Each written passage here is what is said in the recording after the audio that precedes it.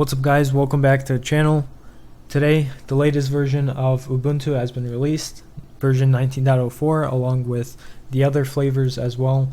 And today I'll actually be taking a look at a couple flavors. So I'll be taking a look at the default, Ubuntu, and also Ubuntu. So I'm kind of late to the party. Apparently the ISO has been already released, but yeah, so right off the bat, as we can see here from the desktop, it looks very nice. I really like this default wallpaper here that it has. It's very nice. Definitely love the design. And of course it follows the same design and whatnot from the previous versions. And I did like the previous wallpaper, but this one definitely takes the cake. So what does the new version have to offer? Well, it has to offer the latest kernel. It comes with kernel 5.0. And also it comes with performance upgrades. Now I am on a virtual machine, so it might not do it justice, but the animations are certainly a lot smoother, and the memory consumption is certainly a lot better as well. And if we take a look here, hopefully the fact that I'm on a virtual machine doesn't impact it too much. Okay, well, right now we can see that it's using over a gigabyte, 1.6 gigabytes of RAM. That's kind of weird. Again, keep in mind this isn't actually installed on my system, and I'm on a virtual machine, so especially the animations, like, you can't really see the super smooth silky animations, but you've probably already seen other videos, and if you haven't, you can check other videos out and see that the animation's smooth.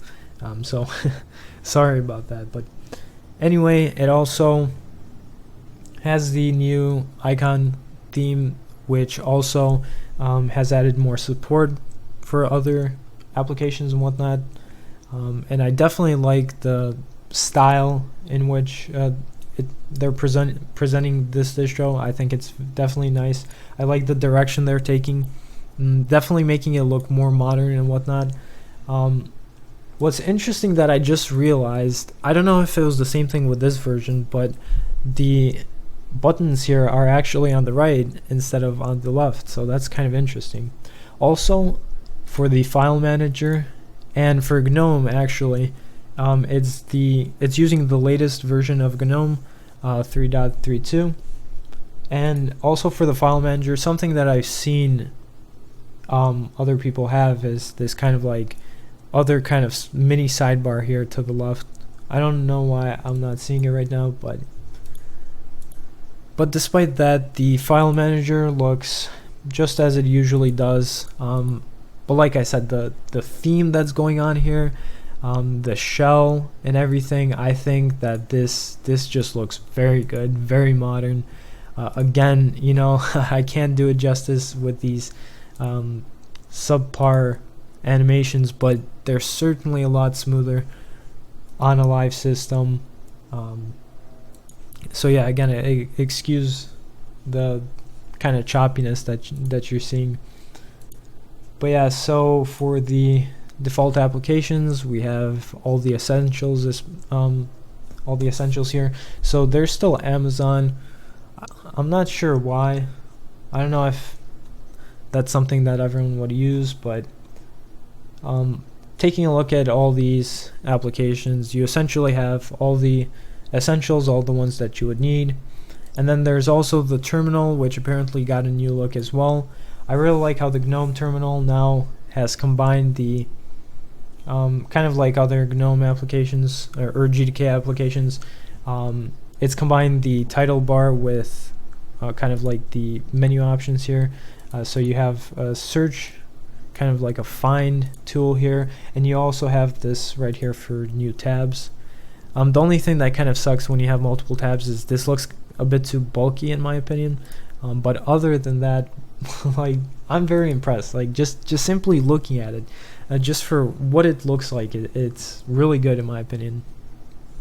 But of course, it's definitely worth upgrading to this because it has a lot to offer. Apart from design, it's using, like I said, the latest kernel if you install it on your system. and also the performance is definitely huge. Again, I haven't really tested this out on real hardware, but I do assume that it would probably work better and feel smoother than the previous version. So also there's in the settings, there's some new things that have changed. So actually, if we go back and take a look at the display, if you turn on the night light, now you're able to actually move this and adjust how much warmth you want on your screen. So this is a really good feature. I know other environments don't really have a night light, or even if they do, they don't really let you adjust this, but it's really nice. It's a really good option. And another thing is for applications. Now there's apparently application integration. So like with Firefox, for example, you can enable the integration and the notifications and whatnot.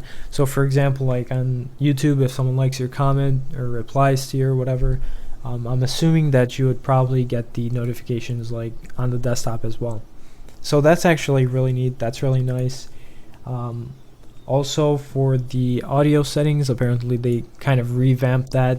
So you can take a look at here. You can enable over amplification, which I think this is nice, or amplification, my bad. This is nice because on laptops, for some reason, Linux is just quieter than on Windows. I don't know why, but that's why it's always a good option to have that. And then you have the output, the input, and even the, which I'm not sure if you can hear that. And if you can, hopefully it's not too loud.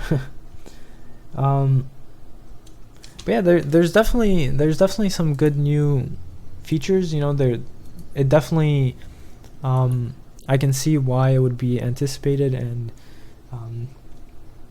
I think that it has a lot to offer, in my opinion. Like this is so nice that it makes me want to go back to Ubuntu, which I didn't have it installed for a couple months, but yeah. So this was kind of like a short overview, kind of taking a look at what the latest version has to offer. Not trying to make this video too long, but yeah, let me know what you think about this version in the comments, and yeah, I'll see you in the next video. Thanks for watching.